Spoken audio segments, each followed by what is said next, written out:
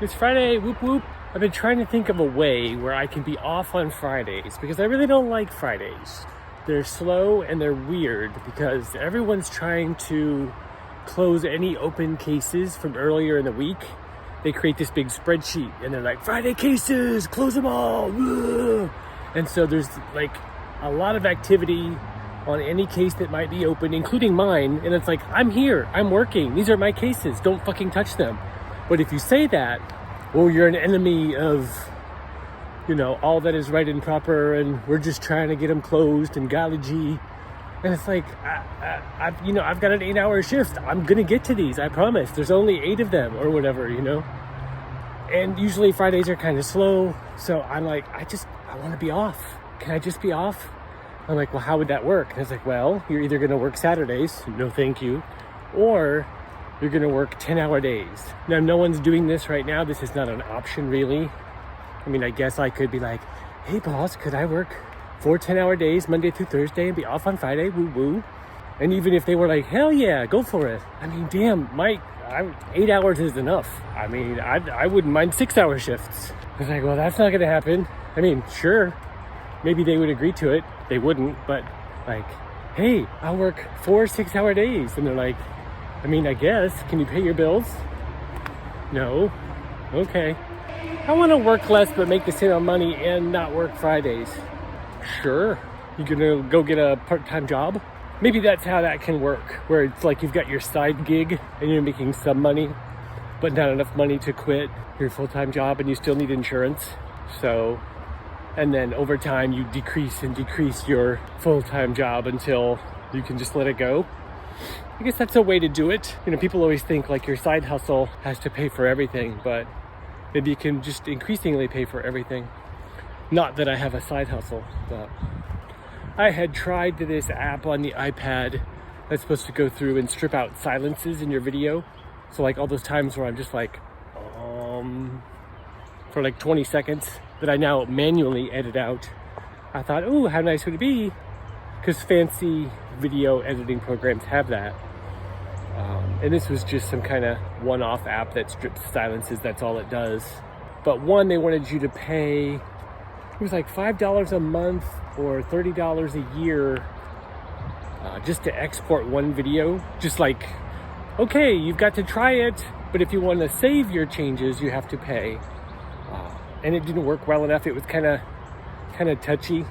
And I guess I could have messed with it some more and figured out how the controls worked, but I was like, nah. It seemed kind of fly by night, so I got rid of that. There's this other app I was using yesterday to edit my video, program from Adobe, that lets you see the waveform of your audio under the video, and I could kind of see the flat, quiet areas, and I just kind of edited based on that, and that seemed to work pretty well. I don't know that it was any faster than listening back and cutting things out, but it seems like it should be at least slightly faster. I'm just interested in video editing on the iPad, so that's one of the reasons I got it.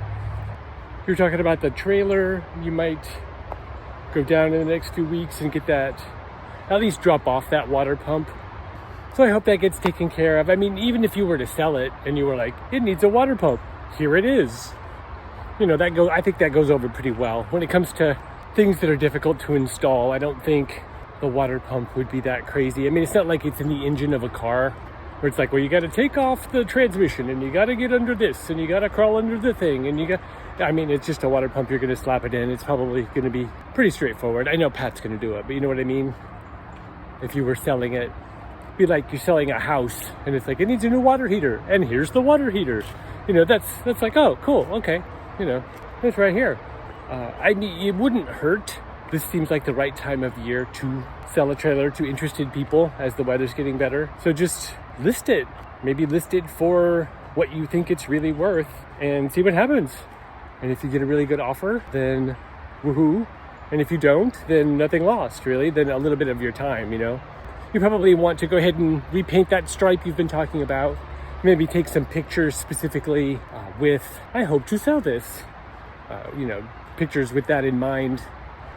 And that way you'll have the images you need if and when the time comes to sell it. I know you said you were going to reach out to that RV park again. So I hope they get back to you now that it's closer to the actual season. Yeah, so good luck with that. I'm walking on this path, and there's all kinds of random tree roots and weird rocks that jut up, and you know, when I can, I kick stuff off the trail, but some stuff is pretty embedded or pretty deep, and it's like, I should come out here with a big hammer and break up some of these rocks and maybe put some mulch over these trippy roots and maintain the trail that I use. I always think stuff like that, but I never do it.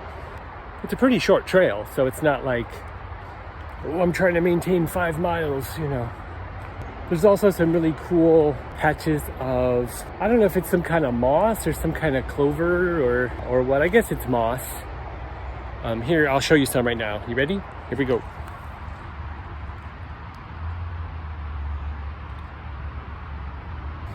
I think it's very cute. And there's scattered pockets of it throughout, especially off the trail over here to the right. And I'm like, I want to like get a little shallow pot and just have a bed of moss in my room. I'm guessing you can buy, here's another patch right here.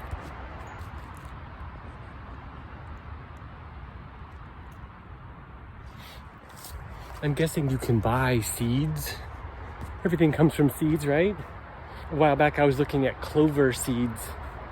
Because how cool would it be just to have like a window box of clover? Just a little green bed of clover. Super cute, you know. Doesn't have to be a big spiky plant. Obviously you'd need to give it the right amount of sun. Too much sun will kill this kind of thing. It's usually in semi-shady angles. And you can kind of see where it's placed. You know, it's like the direction it's facing. They usually face north because that gets the least sun, and too much sun will kill that kind of greenery. Things I think about. Very important.